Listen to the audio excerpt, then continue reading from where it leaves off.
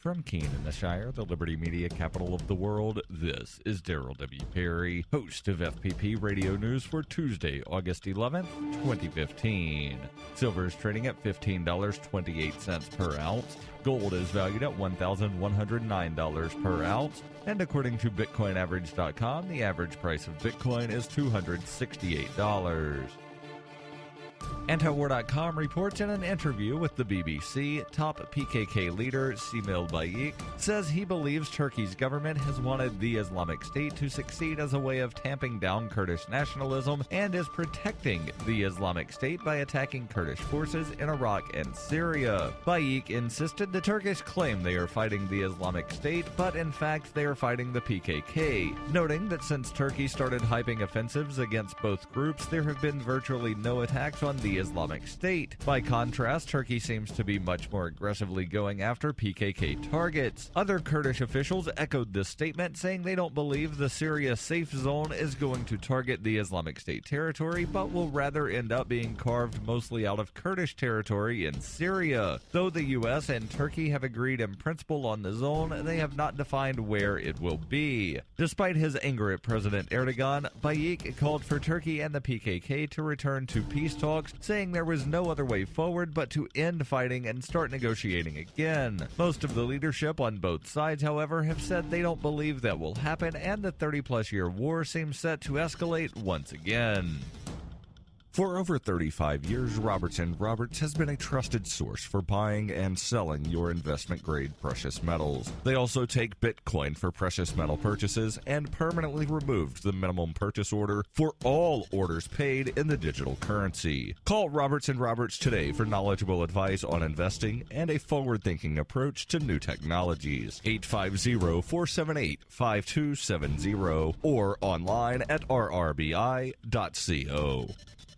UPI reports contractors in London unearthed what military officials believe to be an unexploded German bomb from World War II, prompting the evacuation of about 150 people. The 500-pound explosive was discovered at a building site Monday afternoon in the Bethnal Green district of London, according to the Ministry of Defense. London Fire said a nearly 500-foot safety cordon was put in place and about 150 people were evacuated. London Fire Group Manager Pat Goulburn said, "It is likely that this incident will continue throughout the night and there is the potential for disruption early Tuesday morning. We'd advise that people avoid the area during tomorrow's rush hour and use alternative routes." Military officials believe German aircraft dropped the bomb on London some 70 years ago, and it has lain undisturbed ever since.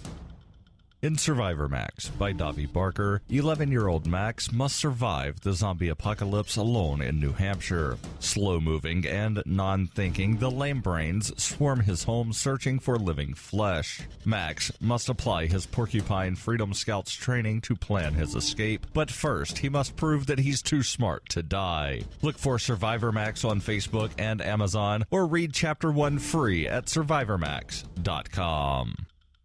Reuters reports judges in Ohio should not refuse to perform same-sex marriages based on personal or religious beliefs, according to the state Supreme Court in an informal, non-binding opinion released on Monday. The advisory opinion was issued in response to inquiries from judges and a judicial association seeking guidance after a number of Ohio judges refused to marry same-sex couples. The opinion cited the June 26th U.S. Supreme Court ruling Obergefell v. Hodges that legalized same-sex marriage nationwide, effectively invalidating Ohio's law prohibiting marriages not between one man and one woman. The 7-page opinion said refusing to perform same-sex marriage could bring into question a judge's impartiality in other matters, stating, for example, if a judge who has declined to perform same-sex marriages is later assigned to hear a misdemeanor domestic violence charge involving a same-sex couple, the judge's ability to follow the law and impartially apply the domestic violence laws could reasonably be questioned. The state Supreme Court issued the opinion after a request from judges, including Toledo Municipal Judge Alan McConnell. McConnell had refused to marry 2 women in July and said in a statement that his decision was based on his personal and Christian beliefs. Another judge married the couple, and McConnell sought an advisory opinion about whether he could opt out of the rotation that would have him perform civil marriages.